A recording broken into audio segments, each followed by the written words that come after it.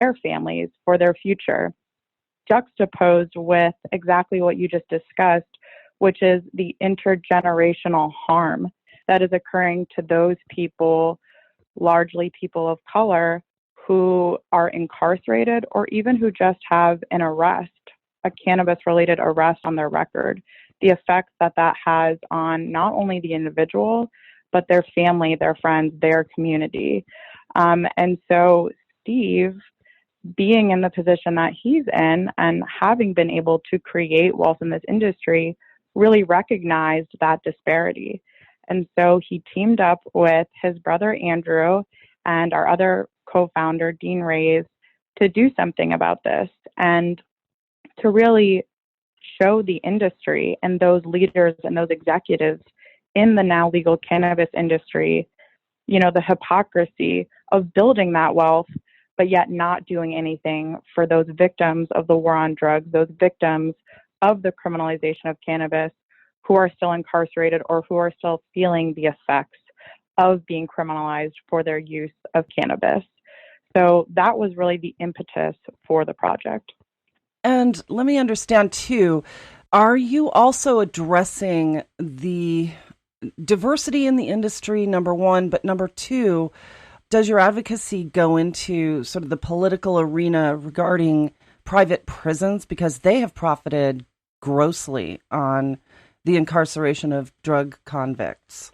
Absolutely. You're exactly right. And, what we have spent the past 6 months doing in the lead up to the official launch of the project, which is coming in September, is a really robust impact and needs assessment and analysis of the nonprofit and advocacy groups working either in criminal justice reform, sentencing reform, drug policy, et cetera, and finding where we felt we could be most impactful and doing while aligning, obviously, with Steve's original mission for this project.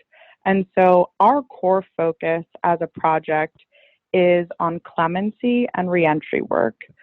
So that goes to both actually commuting someone's sentence who's currently incarcerated, actually getting them out of prison.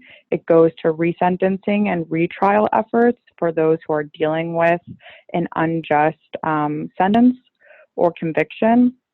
And then the final piece of that, of course, is that once someone is released from incarceration, the work does not stop at release. That's, in fact, really the first step with our work. If we don't give our clients, our constituents, the resources and the support to rebuild their lives post-release, we know what the outcome is going to be.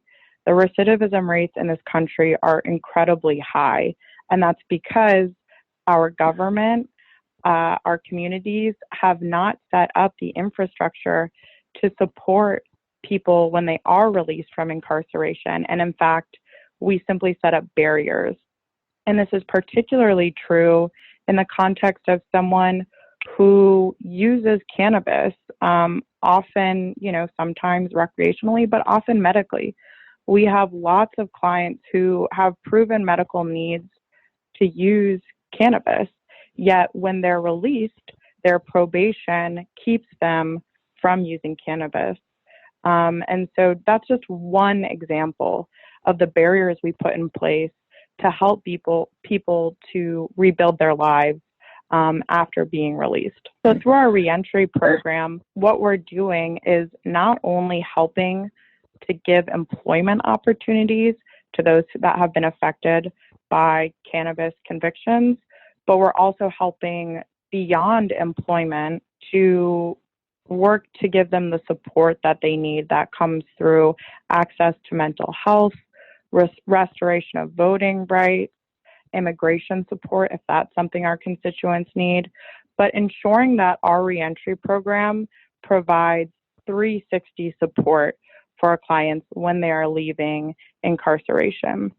And so what those programs hopefully are allowing us to do is to go to that need that you addressed, which is diversity in workforce development in the cannabis industry.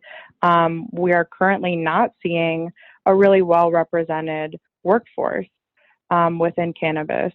And so this program is really devoted to increasing the numbers not only of people of color within the industry, but of those people who have actually themselves experienced a conviction or incarceration because of cannabis use.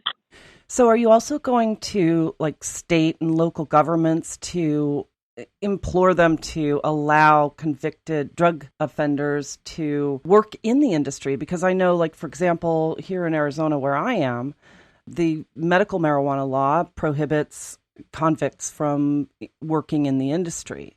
Absolutely. And right now, cannabis companies across the country are spending millions of dollars on lobbying efforts to support legalization. What our movement and this project is trying to do is to implore the industry and their lobbyists that whenever we're going to a state or local government and lobbying for legalization, that those lobbying efforts have to include not only provisions that will provide for retroactive release, such as expungement, such as pardon programs for people who have been incarcerated, but also to address this need for equity within the industry. And Arizona is not the only state by far that prohibits those people who have been disproportionately impacted by the criminalization of cannabis from entering the industry, which is, again, one of these disparities that is simply nonsensical when so many states say that they are trying to increase equity and they're trying to give back to those communities who have been disproportionately impacted. So that's absolutely something that we work with industry groups and lobbyists to ensure that when they're using those dollars to lobby for increased legalization, that those measures that will also address equity in the industry and restorative justice have to be an equal part of those efforts. And Steve, as an entrepreneur and someone who's had a great deal of success in this industry so far, do you find that your industry peers are amenable to opening their doors to people who have records or people of color to increase the diversity in the industry? Well, overall, I've been really heartened by the response that the Last Prisoner Project has received from the legal cannabis industry. Just about everybody that we have offered an opportunity to support us to has taken advantage of that opportunity. We haven't gotten to the stage of implementing a lot of our plans. We're really in the process of firming up our plans and getting them rolled out. So we don't really know how this thing is going to unfold.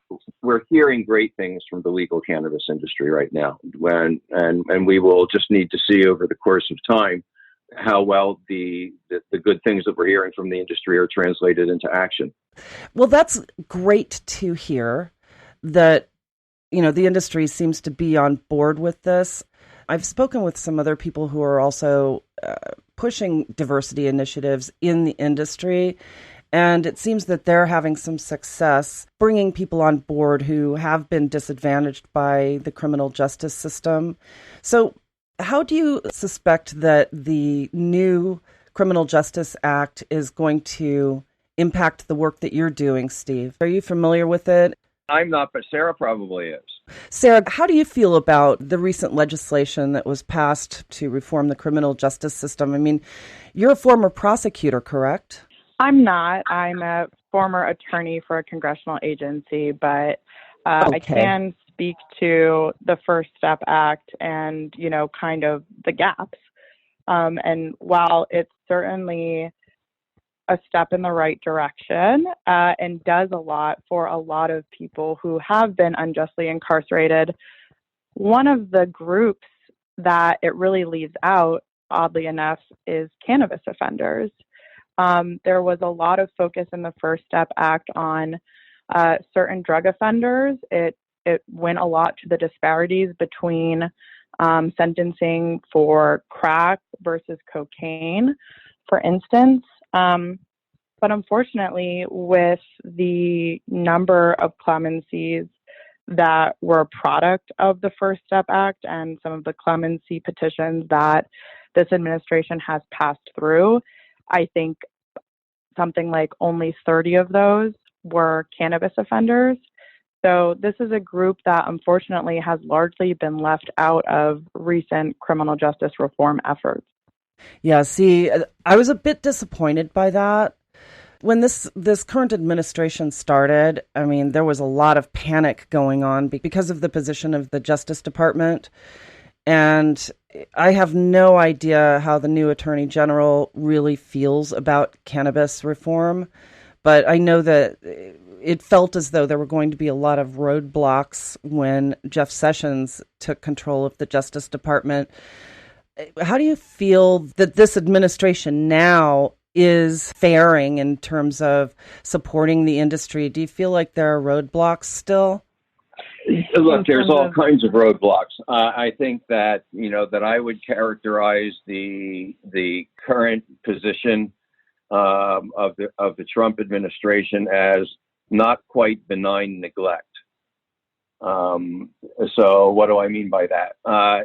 What we saw even when Sessions was still the Attorney General is that the Trump administration does not seem to be willing to spend political capital on a frontal attack to the cannabis industry. On the other hand, they don't seem to be willing to take political risks on behalf of the industry either.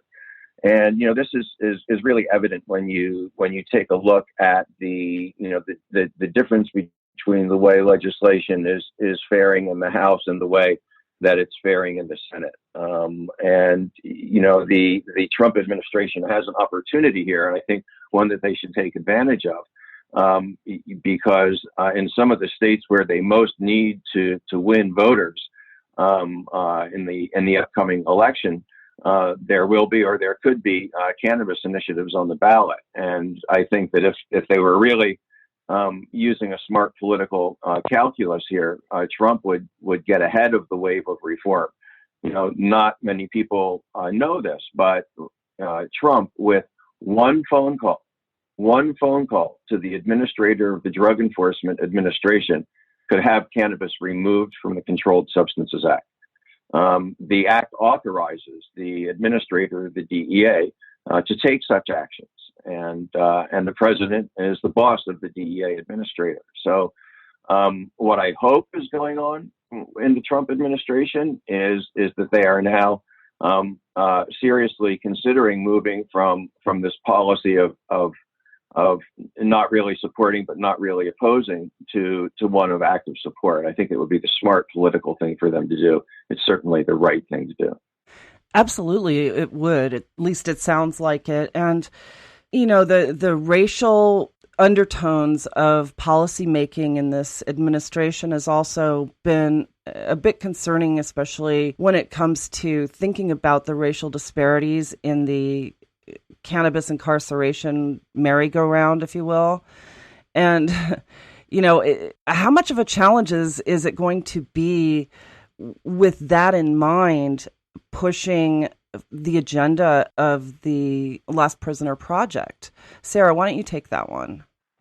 Yeah, so as I mentioned earlier, part of what we did before we started this project was to figure out where we could have the most impact.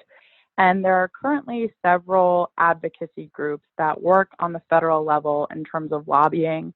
There's a lot of groups and a lot of attorneys who have worked to file petitions for clemency for those federal prisoners to the Trump administration.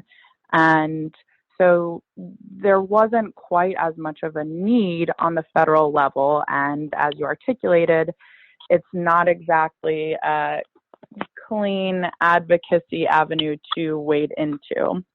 So what we are doing with the Last Prisoner Project and our clemency program is focusing on the state level, while of course continuing to support those groups who are lobbying and advocating at the federal level for federal cannabis prisoners.